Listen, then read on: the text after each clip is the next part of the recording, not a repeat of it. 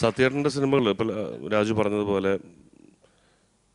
ശ്രീ മോഹൻലാലായാലും ശ്രീനിവാസനായാലും വളരെയധികം ജീവിതത്തിനോട് ചേർന്ന് നിൽക്കുന്ന സിറ്റുവേഷനിൽ ആളുകൾ വളരെ നോർമലായി ബിഹേവ് ചെയ്യുന്ന സിറ്റുവേഷൻസും ഡയലോഗ്സും ഒക്കെ ആയിട്ട്. ഇപ്പം ലാലിൻ്റെ കാര്യം പറയുമ്പോൾ ഇപ്പോഴും നമ്മൾ ചിരിച്ചു പോകുന്ന അനായാസമായി ലാൽ ബിഹേവ് ചെയ്യുന്നു. പക്ഷെ ആ അനായാസതയ്ക്ക് വലിയ വിലയുണ്ട് എന്ന് പറയുന്ന ചില ഷോട്ടുകളുണ്ട്.